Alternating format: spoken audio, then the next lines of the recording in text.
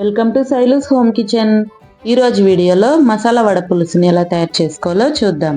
ఈ మసాలా వడ పులుసు రైస్లోకి రాగి సంగట్లోకి చాలా బాగుంటుంది. దీన్ని తయారు చేసుకోవడానికి ముందుగా వడల్ని ప్రిపేర్ చేసుకోవడం కోసం పచ్చిశనగపప్పును 4 గంటలు నానబెట్టుకొని మిక్సీ జార్లో వేసి ఇందులో అల్లం పచ్చిమిర్చి వేసి గ్రైండ్ చేసుకోండి. ఈ పిండిని మరీ సాఫ్ట్గా కాకుండా బరకగా గ్రైండ్ చేసి తీసుకోవాలి.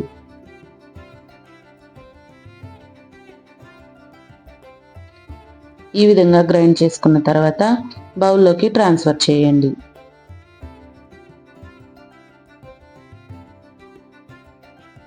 ఇందులో సన్నగా కట్ చేసిన ఆనియన్స్, కరివేపాకుని వేసి రుచికి సరిపడినంత సాల్ట్ యాడ్ చేసి కలుపుకోండి.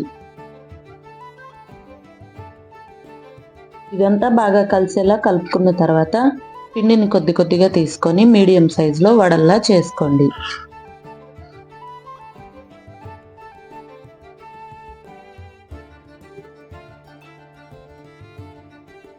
వీటిని వేడిగా ఉన్న ఆయిల్లో వేసి ఫ్లేమ్ని మీడియంలో పెట్టి ఫ్రై చేయండి.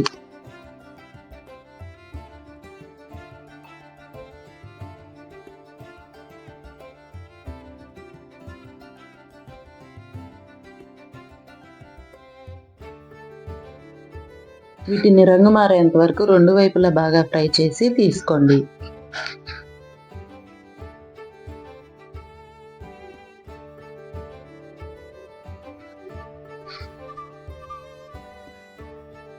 ఇదే విధంగా అన్ని వడల్ని చేసి తీసుకోండి.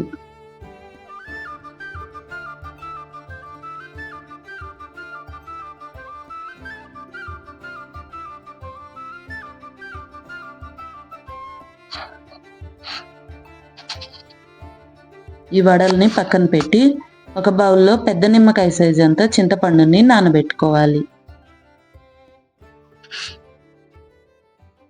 పులుసు తయారు చేసుకోవడం కోసం స్టవ్ మీద వెడల్పుగా ఉండే గిన్నెను పెట్టి 3 స్పూన్ల దాకా ఆయిల్ వేసి కాగిన తర్వాత ఆవాలు, జీలకర్ర వేసి కాస్త వేగాక క్రష్ చేసిన వెల్లుల్లి, సన్నగా కట్ చేసిన ఆనియన్స్ వేసి ఫ్రై చేయండి.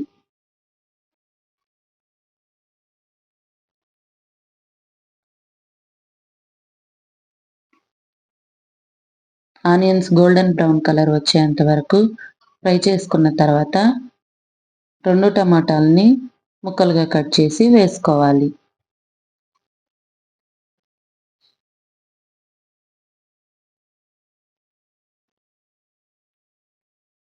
ఇప్పుడు ఇందులో పసుపు, రుచికి సరిపడినంత సాల్ట్ వేసి ఫ్రై చేయండి.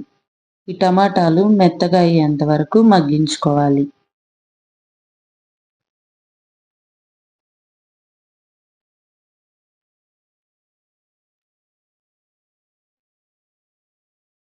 టమాటాలు బాగా మగ్గిన తర్వాత 2 స్పూన్లు కారం వేసి ఫ్లేమ్ని మీడియంలో పెట్టి అడుగు పట్టకుండా మొత్తం అంతా కలిసేలా బాగా కలుపుకొని ఫ్రై చేయండి.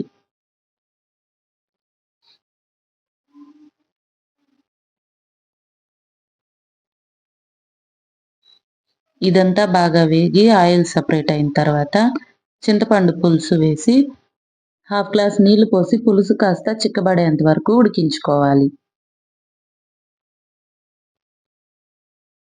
ఇప్పుడు ఇందులో 1 స్పూన్ ధనియాలు, 1/2 స్పూన్ జీలకర్ర, 1/2 స్పూన్ మెంతుల్ని వేయించి పొడి చేసి వేసి కలుపుకోండి.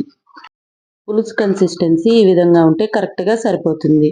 వడలు వేసిన తర్వాత వడలు పులుసుని పీల్చుకుంటుంది. ఇప్పుడు ఇందులో ముందుగా చేసి పెట్టుకున్న వడల్ని వేసి స్టవ్ ఆఫ్ చేయండి. వడల్ని వేసిందే ఎక్కువసేపు ఉడికించుకోకూడదు. అంతే, ఎంతో టేస్టీగా ఉండే మసాలా వడ పులుసు రెడీ అయిపోతుంది. ఈ మసాలా వడ పులుసుని స్పెషల్ డేస్లో మసాలా వడ చేసినప్పుడు కూడా ట్రై చేయొచ్చు. ఈ వీడియో నచ్చినట్లయితే లైక్ చేసి సబ్స్క్రైబ్ చేయండి. Thank you.